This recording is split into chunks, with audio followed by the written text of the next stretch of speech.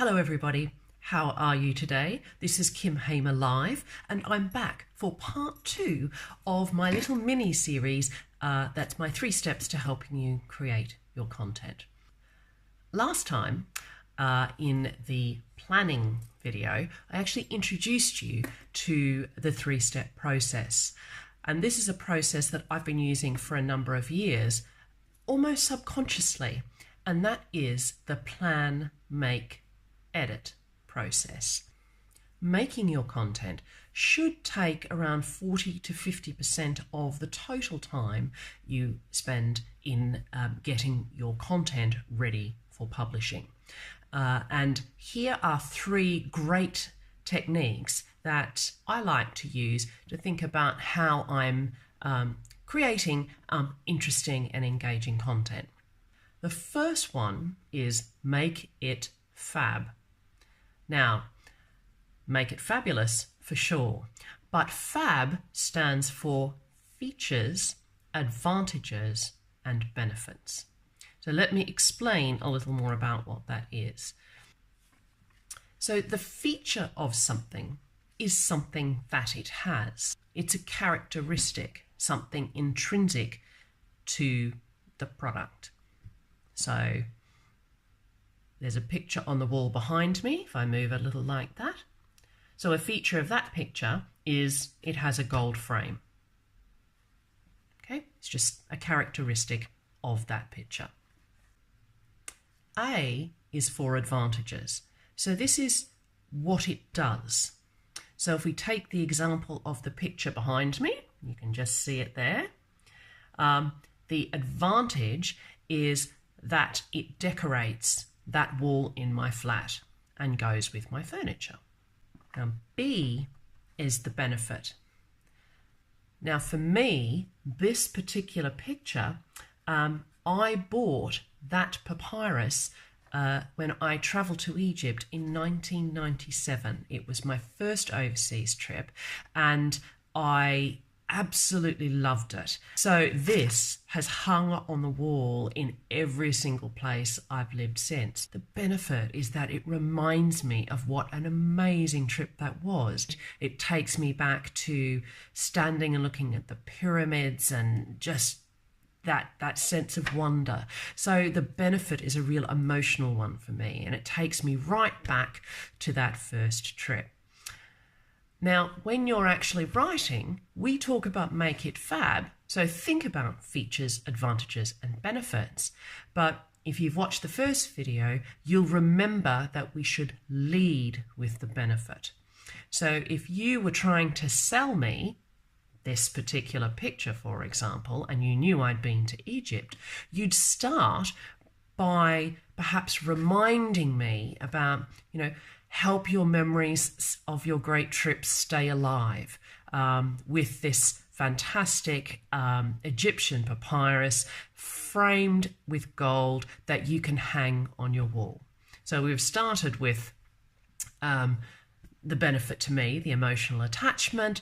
We've talked about the advantages of hanging it on my wall, and we've referred a little bit to the feature of the gold frame.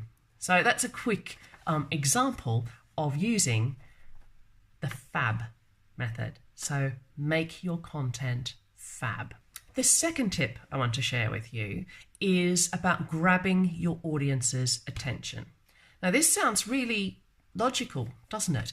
But there are some really cool ways that you can grab your audience's attention with a headline, or by using some of these things that I'm about to share with you in your topic sentence. Now, we talked about topic sentences in the last video on planning. I talk about it quite a bit. So if you're interested in learning more about topic sentences, go back and have a look at step 1 on planning in this series. There are a number of ways you can grab your audience's attention. This is not an exhaustive list, but I wanted to give you a few examples that you could start with and that I found really helpful. So the first technique you might use to grab your audience's attention is a question. Do crowd-funded cancer treatments work? Does it make you want to find out more? The second technique you might use is the twist. The financial crisis that became a blessing. The third one you can use is wordplay. So this is a bit of alliteration here. This is Wetherspoons warns of pricier pints. The next one is an action statement. Read the full story here.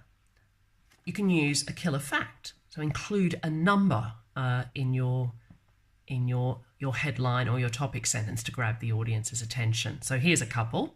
So, millions in the path of Philippines typhoon. Another one is retail is up 5%. Again, using a number or a killer fact to grab the audience's attention.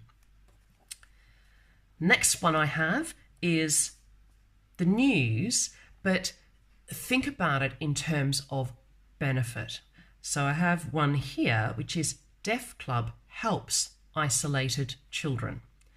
So in the headline, you won't get the opportunity to be super specific and detailed, but you can see there that they're linking the Deaf Club with helping isolated children. So that there's a feeling of benefit. The next one are how-tos. So you might notice in some of my videos, I talk about 4 top tips or 3 steps to creating content, which is this series. One I found on the BBC was best ways people have quit their jobs. The final one is the power word. Now, I don't necessarily have a list of these, but you'll probably get a sense of what the power word is in the 2 that I'm going to give you the example of. So the first one is life-threatening storm starts to lash Carolinas. Life-threatening. Great emotive word, isn't it? The other one is a headline, I smashed my kid's iPad. Smashed. You can kind of hear it in the way I said it. It's emotive and it brings power to the sentence. So different tips for grabbing your audience's attention. So there's the question, the twist, wordplay, action, a killer fact or number, the benefit in the news, the how-to, and the power word. So few nuggets in there. Hopefully you'll find a few of those helpful in crafting your content or your story.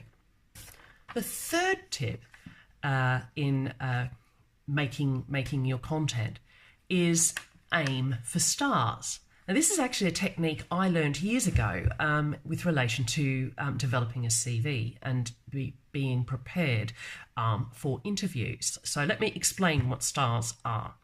So S is the situation. T is the task or challenge that you're faced with in that situation. Third is the action you took. So this might be a bit more about the narrative or the plot of your story. And 4 is the result you got or the resolution you got as a result of taking those actions. Let me give you an example of how STAR might work using an experience of my own. Situation. About 3 years ago, I was doing lots and lots of overseas travelling for work, and it was really messing with my sleep. I was feeling anxious and stressed, and I wasn't sleeping very well at night, so I really wasn't my best at work. The task was for me to find a way to manage that stress and anxiety. So the challenge I took on was I will swim once a week. The task and the challenge. The action. So remember, this is what I did, and it forms the narrative or plot. I started by swimming 50 laps once a week. Gradually, as my fitness improved, I was able to build to swim 80 laps and then 100 laps in the same amount of time that I was swimming the 50 laps. I then decided I would go to 2 swims a week. So I swam twice a week, 100 laps each time.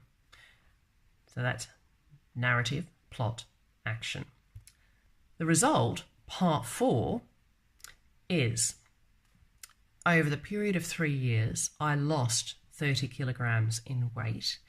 I am sleeping. I have never felt or looked better. It's now become a part of my lifestyle. I still go out and eat fun things and drink, and I have weeks of holidays where I don't exercise, but I've shifted something in my life that allows me to maintain my well-being and my wellness. So that is the result. So, situation, traveling, no sleep, anxiety and stress. Task, managing stress, I'm going to swim once a week. Action, I swam once a week, and then I swam more laps once a week, and then I swam twice a week. Then the result was I lost 30 kilos over 3 years, and I've been able to maintain my wellness and well-being. So that's how STARS work. So aim for STARS is my third tip. They're my 3 top tips for crafting your content. So let's just run through those again. There's make it fab, features, advantages, benefits. There's grab your audience's attention, and I gave you cues to help you to do that in your headlines or in your topic sentences. And the third one is aim for STARS. So that's it for crafting and making your content. I hope you found this useful. If you're interested in the first video in the series, that was on planning. You'll find that on my YouTube channel under the Telling Your Story playlist. Feel free to have a look at that. This is Kim Hamer, live on YouTube. This has been part 2 of my little mini series on telling your story and crafting your content. I'll be back next time with the third in the series on editing and getting your content ready for publishing. Have a great day. I look forward to talking to you soon. Bye-bye.